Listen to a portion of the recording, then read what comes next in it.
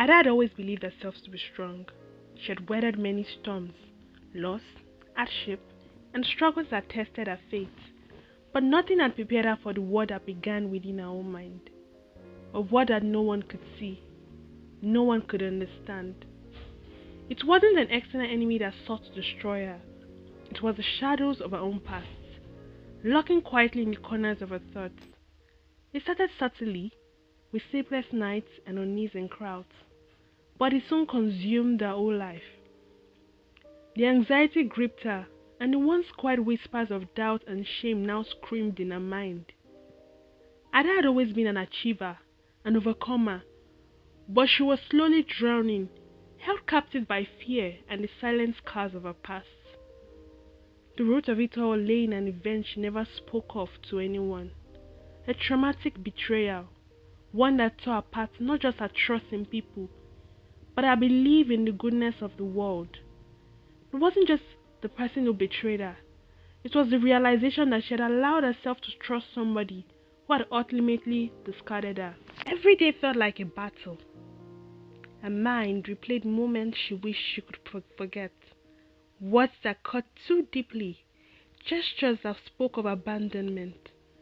It was as if she was fighting an invisible enemy, one that took the shape of her own thoughts, doubts, and memories. There were days when Ada couldn't even recognize herself.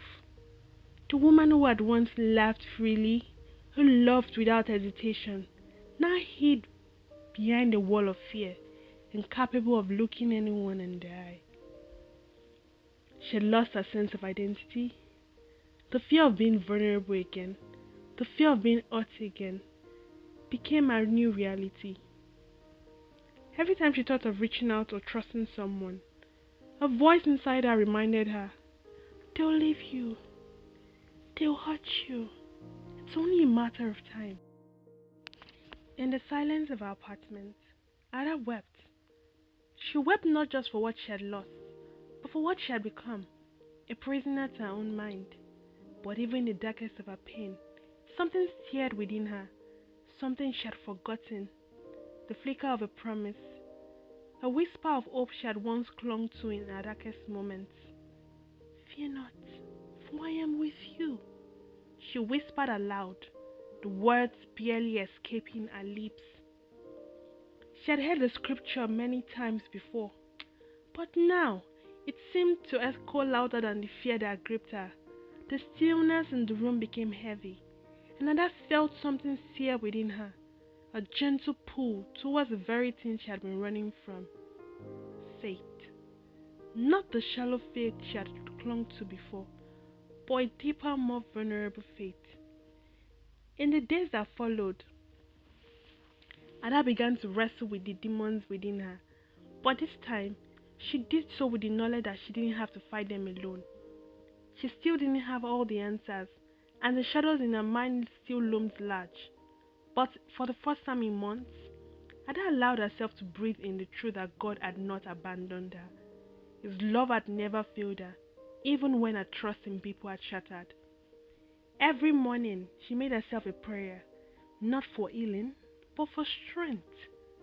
Strength to face the day, strength to confront the lies that told her she was unworthy, strength to rise above the fear that had taken root so deeply inside her. The healing process wasn't immediate. There were days when anxiety overwhelmed her, when the fear of being vulnerable nearly consumed her. But Ada had learned something in those moments of despair, that in her weakness, God's strength could shine through. Every time she felt as though she might fall, she would whisper, I am not alone. Ada began to trust again, not in people, but in God's ability to restore and rebuild.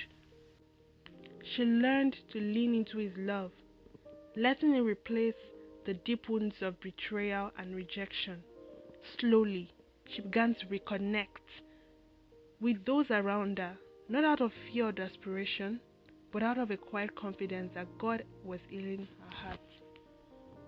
One evening, as Ada stood before the mirror, she saw the woman who had been buried beneath layers of fear and doubt. She saw the scars.